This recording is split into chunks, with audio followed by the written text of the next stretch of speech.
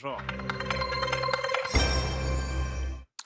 Bonjour à tous, bonjour Bali Bagayoko. Vous êtes un des visages, une des révélations de ces élections municipales, puisque vous êtes la personnalité insoumise qui exerce les responsabilités les plus importantes à la tête de cette ville, de cette municipalité de Saint-Denis-Pierrefitte, 150 000 habitants. Vous avez été élu dès le premier tour. Vous avez dit vouloir incarner la Nouvelle-France. Ça veut dire quoi ?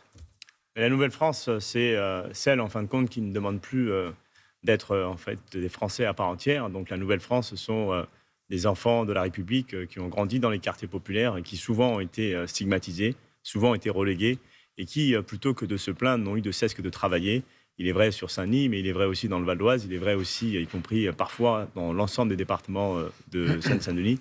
Et donc c'est ceux-là désormais, en fin de compte, qui constituent l'étincelle. Donc on les voit par les visages, on les voit par les luttes et qui, à partir de mars 2026, ont décidé qu'ils devaient prendre leurs responsabilités. Et donc c'est ça, Mais la Nouvelle-France. c'est une France de communautés qui gardent leur particularisme ou c'est des communautés qui se fondent dans un ensemble qui est la République ?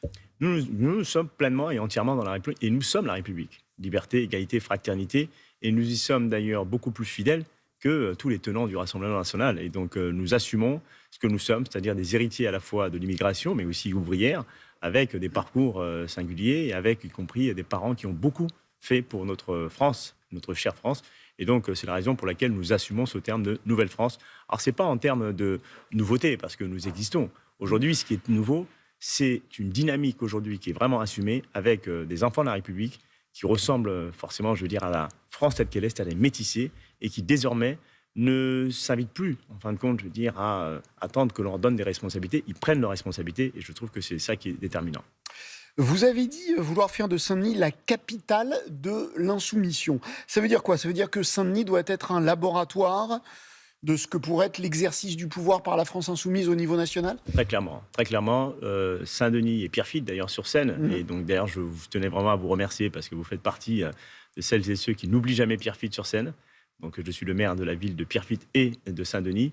Et donc, je souhaite que Saint-Denis et Pierrefitte vraiment soient le top départ, en fin de compte, d'une nouvelle dynamique qui doit pouvoir rayonner sur l'ensemble, d'ailleurs, de la France. Donc, c'est un modèle maintenant qui nous appartient de construire. C'est un modèle qui, bien sûr, se loge dans les luttes anciennes, ouvrières, mais aussi une vague d'immigration qu'est, en fait, ce territoire. Et donc vous voulez que dans la campagne présidentielle future, Jean-Luc Mélenchon puisse dire, voilà, regardez ce qu'on a fait à Roubaix, par exemple, ou regardez ce qu'on a fait à Saint-Denis. Clairement, c'est-à-dire que le lien avec Roubaix est très concret, puisque Roubaix est aussi un territoire ouvrier, avec bien sûr des gens qui ont été... Emporté par David Guiraud. Emporté par David Guiraud, que j'aurai l'occasion de rencontrer d'ailleurs tout à l'heure. Et donc c'est ça, en fin de compte, cette nouvelle France, et c'est ça, cette nouvelle dynamique. Il faut désormais s'appuyer sur la dynamique, en fin de la campagne municipale pour pouvoir réussir la campagne présidentielle. Alors, par exemple, est-ce que vous voulez toujours, j'ai vu que dans votre programme, vous vouliez désarmer la police municipale. Est-ce que vous voulez toujours désarmer la police municipale ? Est-ce que ce n'est pas mettre les policiers municipaux en danger ?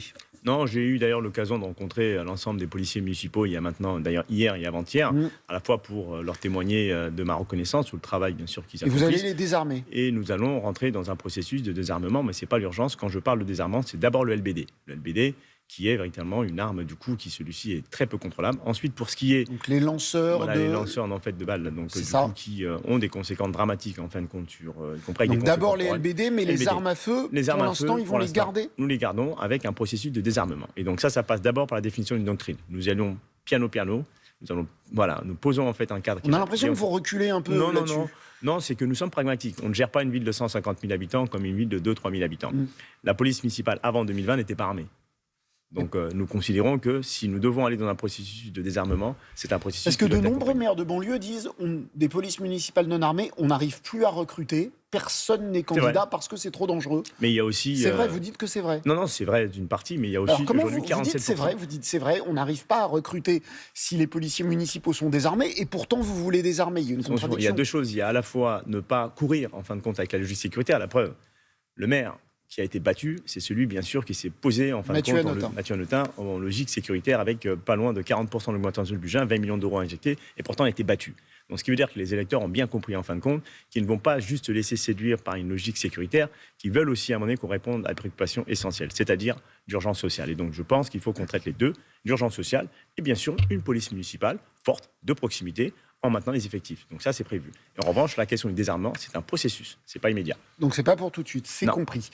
Justement, vous avez parlé de Mathieu Hanotin, je voudrais revenir sur la campagne. Jean-Luc Mélenchon l'a traité, Mathieu Hanotin, de petit bourgeois visqueux. Est-ce que vous êtes d'accord avec cette affirmation ? C'est une affirmation, en fin de compte, qui est à la fois celle qui a été entendue d'ailleurs par les habitants, et d'ailleurs qui s'est exprimée par les habitants. Ce sont les habitants, en fin de compte, de Saint-Denis qui l'ont exprimé en ces termes-là, celle qui avait un décalage. Ça veut dire quoi, ils l'ont exprimé ? Ils l'ont exprimé en ces Ils ne sont termes-là. pas sortis dans la rue en disant Hanotin, petit bourgeois visqueux. Ils n'ont pas dit en ces termes-là, mais c'est-à-dire que l'ensemble des actes qui ont été posés par Mathieu Hanotin et sa majorité l'ont quasiment qualifié comme étant déconnecté en fait de la réalité. Parce que être déconnecté et petit bourgeois visqueux, c'est pas pareil. Oui, mais si, pour moi, c'est exactement pareil. C'est exactement pareil. C'est quand on va sur un territoire de Saint-Denis et qu'on est en gilet pare-balles, vous êtes déconnecté de la réalité. Et ça fait de vous un petit bourgeois visqueux. Et ça fait effectivement de lui un petit bourgeois en tout cas visqueux. Qui est pas donc en vous soi. assumez, j'assume pleinement. Vous assumez ce langage violent politique. C'est pas un langage violent. J'aurais souhaité d'ailleurs que les autres médias se soient offusqués quand ce même maire sortant m'est qualifié de narcotrafiquant. Ou encore que ce même maire... Vous l'avez attaqué en justice d'ailleurs. Très bien. Et que ce même maire d'ailleurs ait qualifié une administrée de chauve-souris. Alors pas lui, mais son directeur de cabinet.